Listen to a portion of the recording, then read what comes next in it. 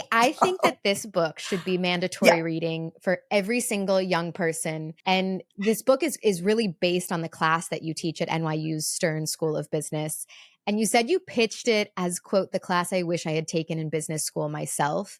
And the methodology is based on a premise that our purpose lies at the intersection of values, aptitudes, and areas of interest that resonate with us. So what do you think is the main way that people are getting their purpose wrong in today's society? Because that word is just thrown around. Let me quickly say how they get it wrong. Number one, no one knows what values are, and then they don't know what their values are. They mix values up with virtues. They borrow the values of the person closest to them. They live by their parents' values. So number one, no one knows their values. I actually have research that shows that, but nobody disagrees with me. So number two, most people don't know what their aptitudes are, and they don't even know what aptitudes are. They think they're skills or areas of expertise, and you got to figure those things out.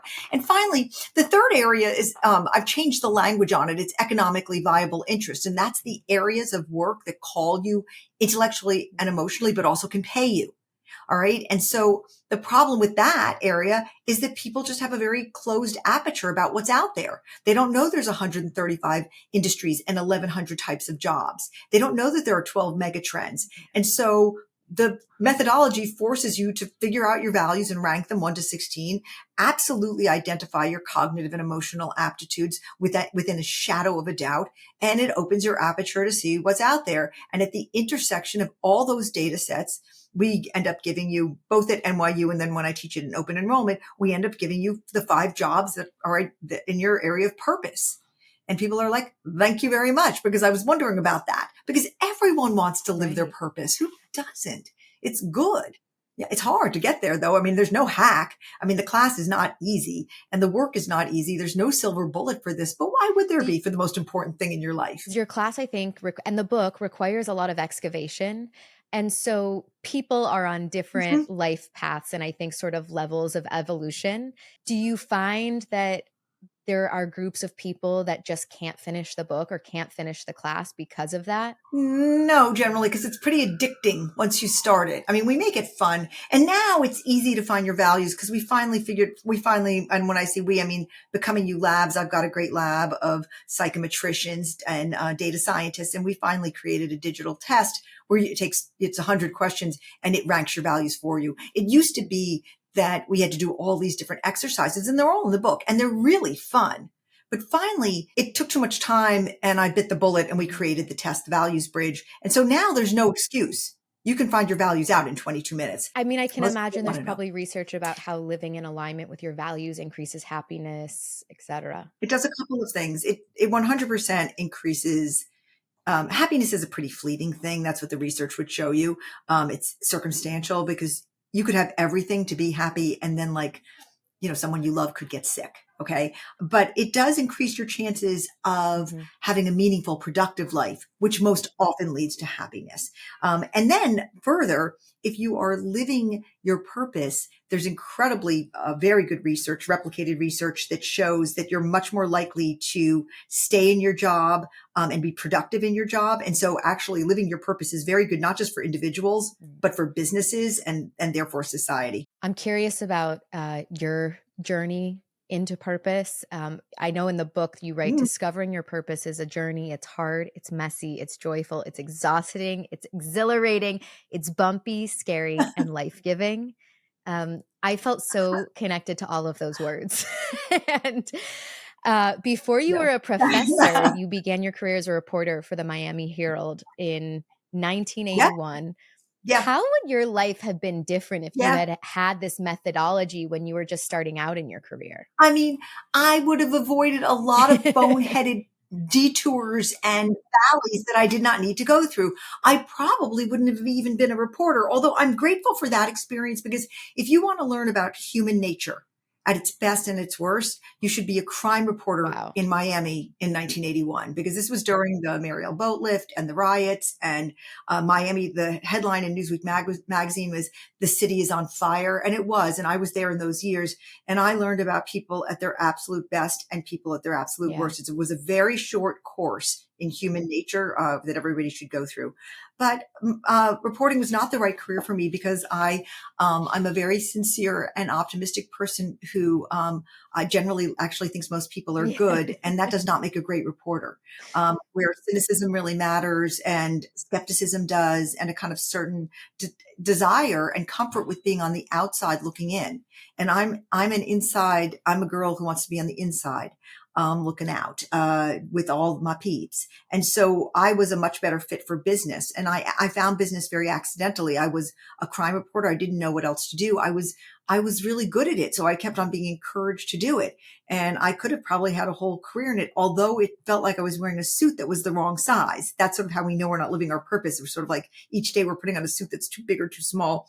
And I bumped along doing it mainly because I was encouraged to Yeah. keep doing it, and it was paying the bills. I didn't come from a family with any means. And so it was paying my bills. And then I was very serendipitously reassigned to cover business, because the business reporter quit. Yeah. I should go find that business reporter and kiss him.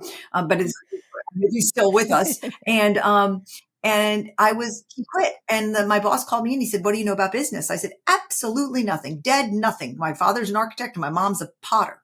And I know nothing. I have no idea what goes on in those buildings." And we were in Boston. I pointed to all the buildings. At that point, I'd moved to Boston to follow a boy, very mature career decision. And I said, "I don't have any idea." And he said, "Come on, you must know what, must know what debt is." And I said, "Oh yeah. No, I know what debt is. Debt is like when you owe people money." And he said, "What's equity?" And I said, "I have no idea." And they made me the business reporter anyway, because I was the only warm body available. Wow. And about 2 months into it, I'd gone to enough business press conferences and covered enough stories that I thought, holy guacamole, I found my people. I loved the builders. I loved the entrepreneurs. I just loved the people who were trying to create jobs. And I wanted to be a part of that. I loved everything about it. And so I didn't know anything about business. Truly, I didn't. I mean, I was so out of my league. Oh my God, Danielle. I'd be at press conferences and they could have been speaking Urdu and I would have been just as, I just was like, what the F are they saying? And so I decided to go to business school. And I thought, well, I'm here in Boston. Let me apply to Harvard Business School because it's the local one. And I don't know. I mean, one of the great mysteries of humankind is that they took me, and I got there and I found out, much to my shock, that I had an aptitude for it. And this was the beginning of me thinking, gee, wouldn't it have been cool if I'd known my aptitudes before landing? Because I could have, whatever. At every turn, I found everything out the hard way, and Becoming You was designed to help people skip a lot of that nonsense. So to get you right to the point. That word becoming is one of my favorite words in the English language. I love that you named your book using that word. The world is a tale of two cities. And as I've gotten older, I've tried to figure out why. I think there's a few reasons. There's a lot of rooting for the underdog. I like history. I think there's romance to it, believing the best in people, fighting for something larger than yourself. But mostly it is that first line, which is, it was the best of times, it was the worst of times. And I live in the contradiction. I love it. I eat it up. I think the mess is interesting. And I think becoming is one of those very rare words that holds that contradiction. It's like you are evolving and you are already enough. There's a message in your book and in your work in general that the word becoming, I think, holds true, which is you're constantly evolving. You're always getting better. And there's no finality in it. And becoming is that. I think you're always getting, maybe not better, but actually always getting closer to the person you were born to be and meant to be. Like Joan of Arc, my spirit animal had on her sword, "I am not afraid. I was born to do this." And there is this moment where we may not even need to get better. We just need to get realer, more ourself, more closely aligned with our values and what we were born to do intellectually and emotionally, and and drawn ever closer to the stuff that calls us intellectually and emotionally. And we may be glancingly close or we may be very far away, but that's the journey. I think the journey to becoming ourselves. Has the journey for you always felt worthwhile? Yes, it has always felt worthwhile. Has it ever? I don't know if it's ever felt easy. But then again, I'm a person whose sort of a favorite quote is Dostoevsky's, "Suffering is the sole origin of consciousness." So, I think that I kind of came along because of my family background being all artists and writers, knowing that there was something inherently tough in this journey. The great poet Arissa White says, everything good emerges from intimacy with the knowledge of your own story. And I understood that this was the journey, was to understand yourself so that you could have compassionate self-awareness. And then when you have compassionate self-awareness, it turns into compassionate awareness of others. And I got that story was not easy peasy. It wasn't basic. You had to fight for it. And I was willing for the fight. So yeah, it always felt worthwhile. I mean, but I've cried alone in my car. I mean, I've done that. I've dropped my kids off and sat there and waving and smiling at them, and then put my head on the steering wheel and just said, this is really, really, really tough. I mean, when my husband got sick, I had a gigantic, 2-year pity party where I thought, why me? Why us? Why him? Why now? And it takes a long time to get to the place of understanding and peace with that stuff. I also think the rhetoric in our culture doesn't help. Sort of the idea of everything happens for a reason really feels like BS when you're going through something like that. Yes. I mean, there's so many things that are told to people that's damaging or dangerous. So that's why I always say it's better to be the author of your life than the editor. You got to put the pen in your hand. And stuff is going to happen to you. I mean, that it is going to happen to you, but sometimes we underestimate how much we can take the story back. There's this exercise in your book that's this conversation is making me think of, and it's for your students to flip the script. So you list 5 people whose lives you'd want if you couldn't have your own. And then you notice their patterns. Can you explain what some of your students have learned about themselves from this practice? Yes. This is the whose life do you want anyway exercise. But what it does is it separates you from your identity. It separates you from a lot of stuff, because you say, okay, look, you can't have your life. Whose life do you want? And I let you do 2 things. One is you have to list all the reasons why you want that person's life. And you have to be very, very honest. If it's good legs, write down good legs. If it's boatloads of money, write down boatloads of money, but write the real reasons. But I also give you this escape hatch where you can write down what you wouldn't take. So otherwise we couldn't do it, because we never want anybody else's life completely wholesale. And so, you'd leave out, they never had a dog, or I'd leave out their messy divorce, or I'd leave out estrangement from their daughter or whatever. And then if you do it, and some people do 5 people and some people do 10 people, it's amazing. Patterns always emerge.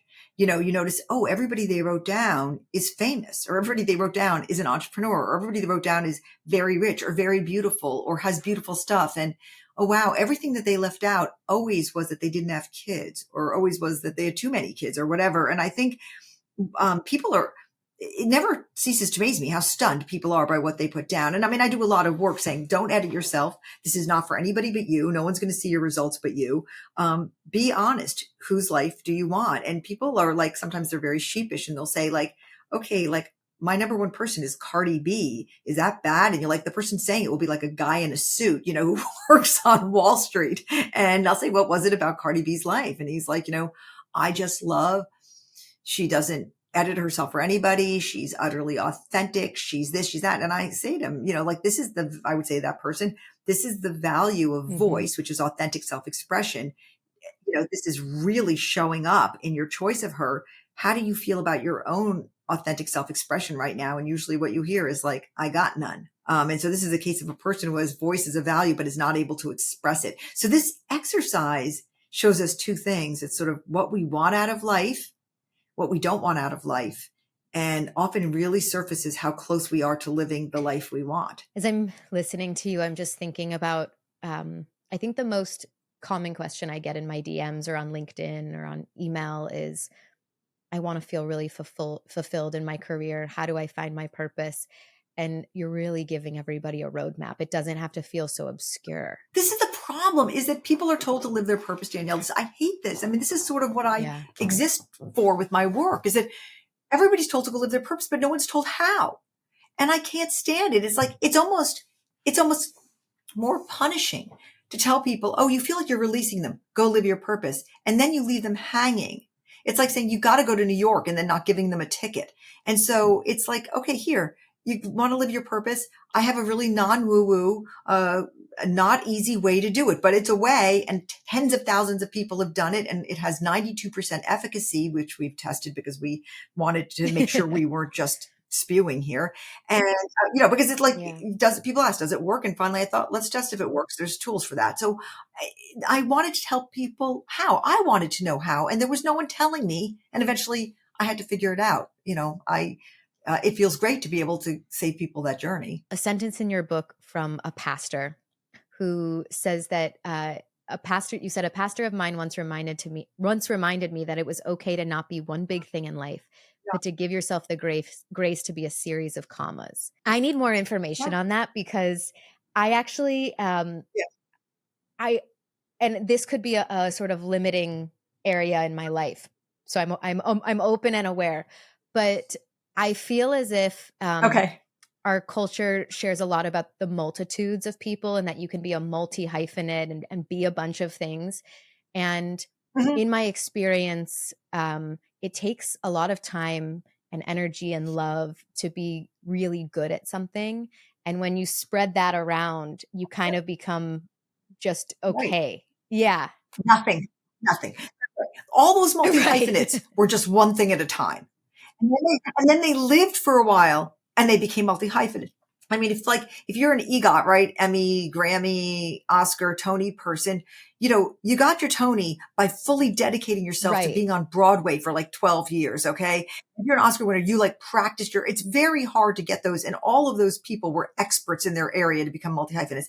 I don't like, myself, the strategy of flitting from thing to thing. I think it's a very fast way to flit yourself right into complete dissatisfaction in a sense that you're nothing. So I think what was happening, I remember that conversation very well, which is, you're going to shift through different things as you discover yourself. I think what he was counseling against, I know what he was counseling against, was just thinking that you'd ever arrived. We never arrive. That's why the book is called Becoming You, not Become You. Okay. Because you are always becoming you. And sometimes we have to travel through some stuff to get to that. I mean, look at what I traveled through across my life to get Right. to where I now am living my purpose. Um, so I think, I don't adhere to the strategy where you can be everything. I mean, I have a name for it in Yeah. my class. I call it the cowbell syndrome. And I named it for the student who came up to me and said to me after class one day, look, I grew up on a farm. I really love farmed animals. Sometimes I just wonder why I'm not a vet. I love them. I want to be with them. I love taking care of them. But then when I go to bed at night, I dream about ringing the bell on NASDAQ when my tech company goes public. And I said, well, these are two things you can't be at the same Right. time. Which is it going to be? Are you going to be taking care of the Mm-hmm. cows, or are you going to be ringing the bell? And he said, well, both. And I said, no, not bell. So I named the cowbell syndrome for him, because we have to, you have to wake up as one thing every day. You cannot wake up as sort of a Broadway performer and a tech entrepreneur on the same Okay, day. I'm glad we It's too agree. exhausting. But you Okay. can be more than one thing in your life. And in fact, you kind of have to be. So, because Yep. the world does not stand still. I remember, what year was it? Maybe 2012. It was a while ago. Anne Marie Slaughter wrote a piece in The Atlantic about women having it all. And she had just quit a very high profile job. And she basically resigned to the Yeah. idea that she wasn't going to have it all the way she thought she was when she was growing up. And you have this quote in your book that not only did it give me chills, but every producer that worked on this episode was like, this is the quote. So it's on, What is the do you have the quote? book by you by any chance? Okay. Yeah, It's on I page do. 43. I Okay, would here we go. love, love for you to read it instead of Yeah. me. Oh dear God, I tried. I could not have it all at the same time, because no one can. Not Oprah, not Candace Bushnell, not Jeff Bezos, not Bill Gates, not even Taylor Swift, whose album The Tortured Poets Department should have been titled The Tortured Superstars Department, to reflect all the stuff she hates about being spectacularly famous and rich. Yes, even Taylor makes trade-offs. So ta-da, Becoming You is designed to help you do the same, because I believe it wouldn't be worth a red cent in any real world any other way. How do you think people feel when they read You Cannot Have It All? Relieved, because they've been trying. They've been trying and they want permission to understand you can't. I think it's such an exhale, especially for women, to say, it's okay. I don't Yeah. have to live that picture. I can only do what I can. And I think it actually opens the door Oh, for you interesting. to have more because you just stop dancing as fast as you can. You know, you say, okay, I made some trade-offs and I'm going to live with the trade-offs I made. This is the best possible life for me. I am as close to the person I'm meant to be. Now there are periods in your life where trying to have it all is Mhm. agonizing. You know, and it really hits you when you've got young children and you're trying to build your career. There's this crazy accident of biology, which is that there's sort of 15 to 20 years where your children need you heart, mind, and soul, and your company needs you heart, mind, and soul. And that's sort of 25 to 45. Just when your kids are like, I need everything about you. I want your whole, every single minute to be fixated on every need that I have. And you want that because you love them. At that exact time, if you have decided to stay in the workplace, your company is Yeah. watching to see if you're going to go to the next level. And your company wants every drop of your energy, blood, sweat, and tears. And that absolutely, for many women, completely overlaps at the same time. And for 20 years, for those of us who decide to stay in it, we suit up every day like Daenerys Mhm. going into Westeros for battle, for the Game of Thrones fanatics like myself. And we suit up every day and relit and fight that battle. And then your kids grow up and they're like, oh, what are you doing here? And they go away and you, suddenly can breathe again a little bit, but then they come back after college because you have good rent. Yeah. But anyway, they're older and wiser by that time, but that's our life. And it's in that period where one day it's such a mess and such a, you know what, show that when you finally give yourself permission to say, it's not all going to work out for me. I'm not going to actually be super mom and super employee all exactly on the same day, Mhm. that you can finally start to breathe again and you give yourself some grace. You write that success really comes down to 3 things. I think everybody is going to be curious about what those are. Well, it's success at Right. work. It's professional success. Okay. I mean, I think outside of that, there's other things. So for professional success, it really boils down to 3 things. The first is the quality of your relationships with people. And that's when most people kind of get, they get, you got to be trustworthy. You got to be likable. You've got to be good company. You've got to be a good collaborator. So it's the quality, not the quantity, but the quality of your relationships with people, although quantity kind of matters too. The second is the quality of your ideas. You can't sleep on that. You got to have good ideas. And that's why, you got to stay current and read and learn about things and know people and you got to have some good ideas at work, or you have to be a very good shepherd of other people's ideas. So you may not be a gigantically original or creative person yourself, but if you're a midwife to other Mhm. people's ideas, you can make up for that. And then the final unsung one is execution, which is if you get stuff done, if you do what you say you're going to do, if you do it early, if you do it better than you say, like if you are reliable in getting stuff done. And women are just generally better at this than men, no shade on men. But I mean, I think this is where women really excel. But I use the initials PIE, people, ideas, and execution. And if you can hit it on those 3 things, it's pretty hard to hold you back. Have you ever seen a person who has those 3 things not accomplish their goals? Yes, because for a couple of reasons. Yes, occasionally, and sometimes it's because um, they're inconsistent. So they hit on all those cylinders one day and then don't the next day. One of the sort of untold sort of truths about business is part of success is just Mm. showing up as the same person every day. And what really hurts you is if you're sort of one person one day and another person the next day. Consistency really, if people can count on you as the same person every day, you're better off. See a lot of people in creative fields fight with an idea that you talk about in the book, which is a successful life and a meaningful life. What is the difference between those 2 things? I don't know if there is one. I mean, for me, that's what success is a meaningful, productive life. And I put productive in there because that matters to me because I think Mhm. helping other people is a productive thing. But I think a meaningful life, a life that, uh, where you feel like you're authentic and you're connected to something larger than Yeah. yourself. That's about as good as it gets. And again, I'm not in the happiness business. I'm not in the happiness industrial complex, as I lovingly call it, because I myself am a person who had everything to be happy. And then my husband got sick, and I understood that a lot of times happiness is not in our own control. So I like people to go for a meaningful and productive life. I think happiness is usually the byproduct, but not always. Your husband is the late Jack Welch, who was the CEO of General Electric. He was known to be one of the most influential CEOs in the world. I'm curious, when you met him, if you knew that he was going to become this very influential, powerful man. Did you feel it in him? Uh, well, we fell in love at first sight. I mean, one thing I knew for sure was that, I mean, it was a total first sight thing, which I simply did not believe in. I absolutely was a person who's very realistic, and I did not believe in it. So I knew he was going to be influential in my life. He was, he was the CEO when I met him, so he's already famous. So when I met him, I feared him because his reputation was so fearsome.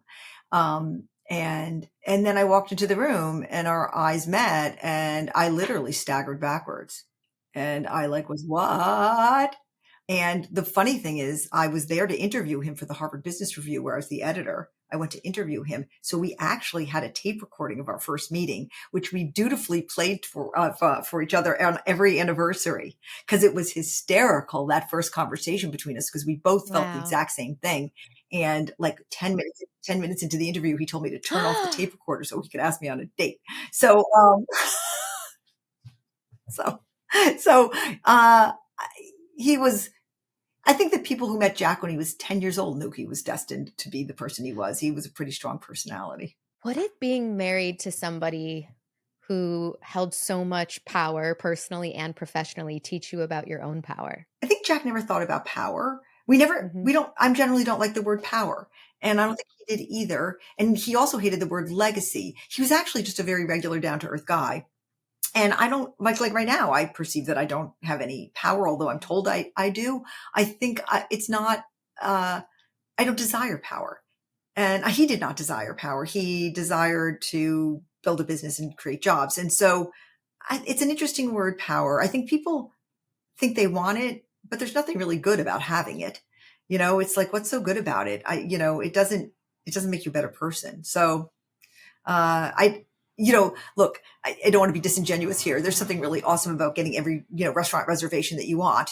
That's kind of a cool thing, but maybe that's sort of like where it ends, right? It's like, oh, let's go to such and such restaurant in 2 hours. And yeah, there was a period in my life where that could happen. So It's funny because most famous people I interview cite that same example, and they're like, the rest is kind of whatever. I know it's a really cool thing. Um, and it doesn't extend anymore to me really. So I would say, Mhm. I asked that question because I actually feel that the men that I have dated have taught me so much, um, business wise, and just like at being a personal mirror to me. Um, so I mhm, guess that's where my mhm. question was coming from. But you write that Jack and I had a life together that was so complicated and chaotic. There were times it was too much for even me. What did you mean by that? Well, look, Jack and I were, there are two values. I mean, that we shared all of our values, but one of his top values was Hmm. scope, which is the desire for an exciting life. And the other value we shared was radius, which is a desire to change the world. And I have those extremely high, as did he. I think, like 3 and 4 for me. And we both had achievement as a very high value. Our values were very, very similar. Um, and I think that most people who know me would agree that I have more stamina than any other person they know. Oh, who has the highest stamina? Suzy. Like, Wow. I sleep 4 hours a night. I've always been that way, but he outdid me on it. And I mean, there were times where one time it was a really, really long day. I had woken up at 4 to be on the Today Show. I was exhausted. I'd done homework with the kids, blah, blah, blah, 4 kids. And it was 11 o'clock and we were watching the news. I remember feeling like, oh God, it's already 11 o'clock. And I was climbing into bed and about to pull the covers up to my chin. And he looked over at me with like a little mischievous look in his eyes and he said, want to do a pub crawl? And I thought, oh my, that's what I mean. Okay. That's what I mean. And I said, "Yeah, look, here's the thing is I adored him and my marriage was my top priority. And I had had one unsuccessful marriage and this one was not going to be unsuccessful. And I said, you really want to do that? And he said, yeah, let's get a car. and, meaning we were not going to drive. And he said, let's get a car and do it. And I got dressed up. I remember like thinking, all right, I'm just wearing a black pair of pants and a black turtleneck. I am not even going to think about this. And we had a blast.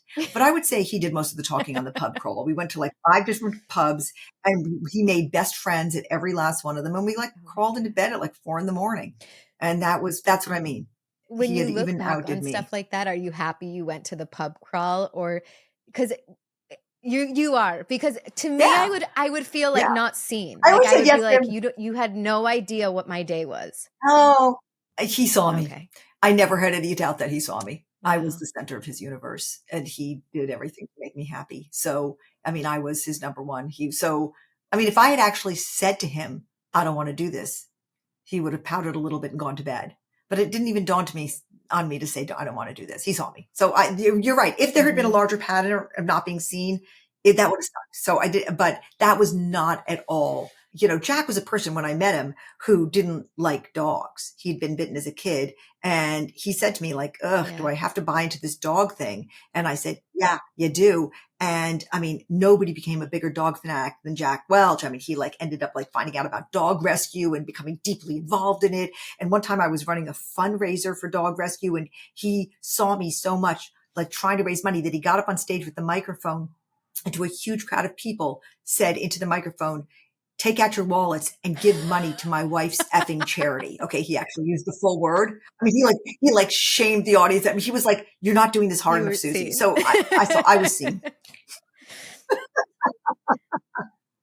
Thank you for that memory. I loved him doing that. I just stood there with my mouth hanging open. People literally took out their wallets and gave money to my effing charity. So I really like hearing you talk about him. You used your becoming you method on your own life after Jack passed away.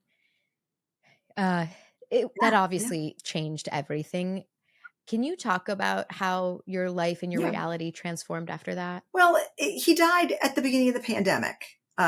He had been sick a long time, and then he died on March 1st, and then the pandemic struck like 2 weeks later.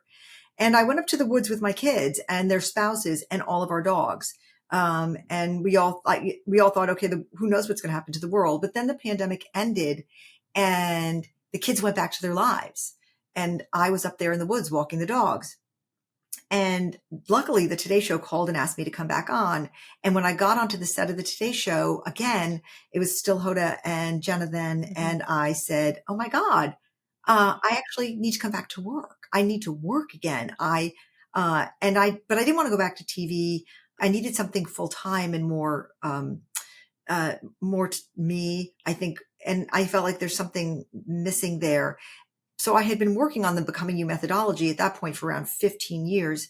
And one night my kids were visiting for dinner, and I said, I have this idea for them to teach this methodology, and they knew what it was because I've been talking about it for so long. And I said, I just don't know what to call it.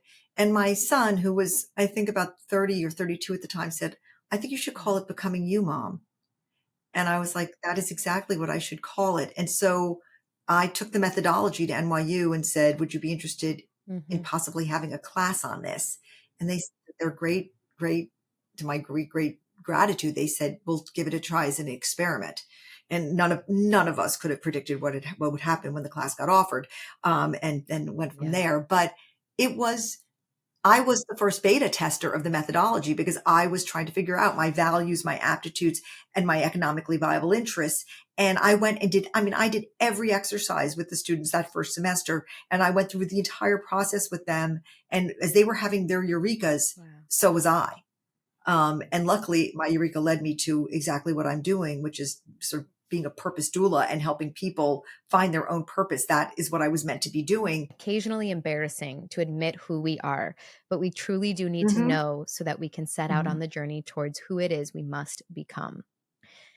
Confronting yourself, people avoid it their entire lives.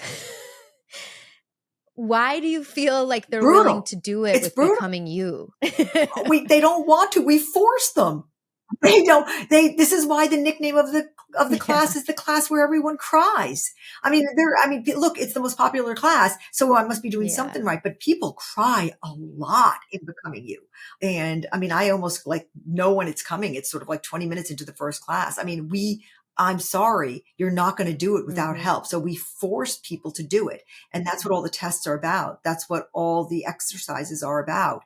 And I don't believe in self-reporting. Nobody can self-report on their values or their aptitudes or their personality. I mean, one of the hardest parts of the class is when we have to take a good hard look at our personality. That's one of our aptitudes is our personality. You can be great at a job because of your personality, or you can be terrible at your job because of your personality. So we got to find out what your personality is. Oh, people want to tell me what their personality is. I'm sorry, that's not the way it works. Your personality is not the list of words you do use to describe yourself. Your personality is how the world experiences you. You can say, I'm good, I'm kind, Right. I'm loyal, I'm a great listener, and the world can be experiencing you as hostile and disingenuous. And so we do Mhm. 360 feedback for everybody. And you got to do it. And then we give you a self-awareness score because you take the exact same questions that your raters are taking, and then we compare them. And everybody goes in thinking they're going to get 100% on self-awareness. That does not happen. Okay. It does not happen. There's no way. I mean, it struck me when you talk about integrity that you No, think that oftentimes people think they have more integrity than they actually do. they always do. They always think they have more integrity, and they always think they've got more self-awareness. Like that typical person says, Mhm. I have 98 to 100% self-awareness. And then and the typical self-awareness Yeah. hovers around 56%. Okay. But there are people who get 20% self-awareness on the test. And so you asked such a great question. And the answer is, to be brutally honest, almost no one does it. And so we have to kick their rear Yeah. ends lovingly with testing. Um, Otherwise, you're just going to get gobbledygook. You know what you get when you don't do what we do, which again, this is not an easy process, Mhm. is you get Right. magical thinking. People go through, if you ask people, what's your purpose? They say stuff that's just simply not possible. I want to be, I want to be Celine Dion, but they can't sing. You know, it's like, I want to be a famous influencer. Well, you don't have an idea. And the thing about influencers is they're filled with ideas. They've got something, that people want to hear them talk about. And it's like, we gotta be real. Your dreams matter, but your dreams have got to be achievable or otherwise they're not a purpose. That is, I think, speaks to the third portion of your book, which is economic viability. And I hear you and Scott Galloway Yeah. wave this flag more than anybody else on the internet, which is do not follow your Yeah. passion. Yeah. Unless you're good at it, unless you're great at it. I mean, my head explodes. If you want to trigger me at a dinner party, say, I just told my son to follow his passion and that like the host has to leave me outside so that I can recapture my breathing. I mean, Right. fine. If you're great at it. Okay. But if you're not, it's a hobby. Okay. Have it as a hobby. And my daughter is a ceramicist. She's a potter. She makes the most gorgeous pottery. And my mom was a potter, and we are constantly in the family pottery studio. This is our family activity. Like some families like play frisbee, but no, we go into the pottery Yeah. studio. And so I'm terrible. I'm absolutely terrible. I mean, but I still make pottery, and that's why it's a hobby. And everybody at Christmas gets the results of my hobby, and they're very sweet Yeah. about it. But I'm not trying to make a living doing it. And that's why you've got to understand what jobs you can do that can pay you Yeah. what you want to be paid. There's a whole I feel like I need 4 different interviews with you because I have all these questions for you about interviewing and getting hired.